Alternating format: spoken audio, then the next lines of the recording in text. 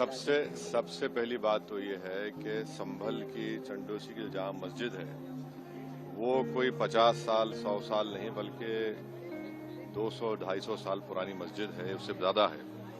वहां पर कोर्ट की तरफ से बगैर मस्जिद के जिम्मेदारों को कमेटी को सुने उन्होंने एक एक्स पार्टी ऑर्डर पास कर दिया, वो गलत है।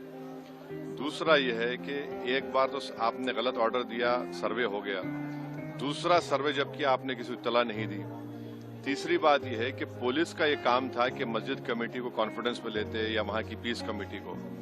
चौथी बात यह है कि जो सर्वे करने लोग आ रहे हैं वो प्रोवोकेटिव स्लोगन्स लगा कर आ रहे हैं, वो वीडियो उसका है, पब्लिक डोमेन में है। और उसके बाद जो वहां पर वायलेंस हुआ जिसमें 3 मुसलमानों को गोली लगी, उनकी मौत हुई, हम इसका कंडेम करते हैं। ये फायरिंग नहीं बल्कि मर्डर है। और जब से बाबरी मस्जिद राम मंदिर का जजमेंट आया, जिस बात को मैं पर्टिकुलरली कह रहा हूं कि उस जजमेंट के बाद ये सब चीजें खुलेंगी और एक के बाद एक खुल रही हैं। एएसआई प्रोटेक्टेड मॉन्यूमेंट सब बातें कर रहे हैं, क्या एएसआई के कानून में नहीं है कि आप उसका रिलीजियस नेचर चेंज नहीं, कैरेक्टर चेंज नहीं कर सकते? किस बुनियाद पे कर रहे हैं ये? और आप किस बुनियाद पर अपने फेथ को दूसरों पे थोपेंगे? भाई कानून कोई चीज है ही नहीं है। जिस दिन कोर्ट में सुनवाई होती है उसी दिन ऑर्डर हो जाता है, उस दिन सर्वे भी हो जाता है। ये तो 1948 में ऐसे ही हुआ था बाबरी मस्जिद में। तो ये जो फायरिंग हुई है ये फायरिंग नहीं है, मर्डर है। और जो भी ऑफिसर्स इन्वॉल्व है उनको सस्पेंड करना चाहिए और एक सिटिंग हाईकोर्ट जज से उसकी इंक्वायरी होनी चाहिए। ये सरासर गलत है, जुल्म हो रहा है वहां पर। तो संभल में वहां के सांसद पे एफआईआर दर्ज कर दिया गया। आप जिस पे चाहे कर लीजिए भाई, जिस पे भी चाहे कर लीजिए, जज आप, जूरी आप, सब आप, तो बचेगा क्या फिर? सर जेपीसी में आप लोगों ने समय मांगा है, क्या कहते हैं? जी, जैसा अभी आपने हमारे डेलीगेशन तरफ से बोला गया है, मैं उसको रिपीट करना नहीं चाहता। मगर स्पीकर साहब ने बड़ी इत्मीनान से हमारी पूरी जितने मेंबर्स 11 नॉन बीजेपी एमपीज गए थे उनकी बात को सुना। वो बोले कि इसके ऊपर कंसिडर करेंगे और हमको उम्मीद है कि ऑनरेबल स्पीकर साहब इसका टेन्योर बढ़ाएंगे। क्योंकि आप देखिए बंगाल नहीं गई कमेटी, बिहार हम लोग नहीं गए, उत्तर प्रदेश में शिया वक्फ की प्रॉपर्टीज को हमने नहीं देखा। तो ऐसे कई, दिल्ली के मंत्री को बुलाना है, ऐसे कई स्टेट्स है जहां पर कमेटी को जाना चाहिए। वो स्टेक होल्डर्स हैं, उनकी बात को सुनना बहुत जरूरी है।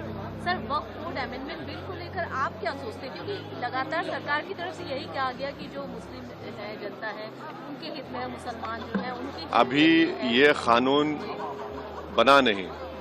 आप देख लिए संभल में क्या हो गया है। अभी ये कानून बना नहीं है। आप देख रहे हैं कि हर जगह पे बोल दिया जा रहा है कि नहीं, ये यहाँ पर 500 साल पहले मस्जिद नहीं थी। इस बिल में आप, ये बिल आर्टिकल 26 का वायलेट करता है। ये संविधान के फंडामेंटल राइट का 26 का ग्रेव वायलेशन है।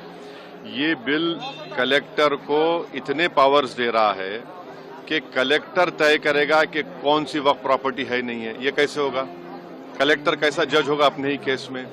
तीसरा, आप किस बुनियाद पर इस बिल में आप नॉन मुस्लिम को मेंबर बना रहे हैं? जितने धर्म की बुनियाद पर, चाहे वो हिंदू धर्म के एंडोमेंट बोर्ड्स हो, चाहे दिल्ली का एसजीपीसी हो या उसका एक्ट हो, या क्रिश्चियंस के जो भी उनके धर्म के संस्थान हैं, वहां पर तो कोई उसी धर्म का आदमी मेंबर बनता है। आप तो कंपलसरी स्टेट वक्फ बोर्ड में जहां पर 11 मुसलमान बनते थे, वहां पर आप मेजॉरिटी नॉन मुस्लिम बनाना चाह रहे हैं। सेंट्रल वक्फ काउंसिल में मेजॉरिटी ऑफ नॉन मुस्लिम बनाना चाह रहे हैं। क्यों करना चाह रहे हैं आप? ये क्या मकसद है आपका? कलेक्टर को इतना पावर दे रहे हैं। तो ये आर्टिकल 26 का ग्रेव वायलेशन है और इसीलिए वक्फ को बचाने के लिए नहीं लाया जा रहा है। ये वक्फ को खत्म करने के लिए, और वक्फ बोर्ड को सिर्फ एक पोस्ट ऑफिस बना के रखना चाह रहे हैं। तो जो वक्फ की प्रॉपर्टी है वो गवर्नमेंट की दी भी नहीं है, इसको मुसलमानों की गाड़े खून की कमाई है, तो आप उसको छीनना चाह रहे हैं। और उतना ही मकसद है सरकार का। आप देख रहे हैं संभल में क्या हो रहा है, ऐसे ही और वाकयात होते रहेंगे।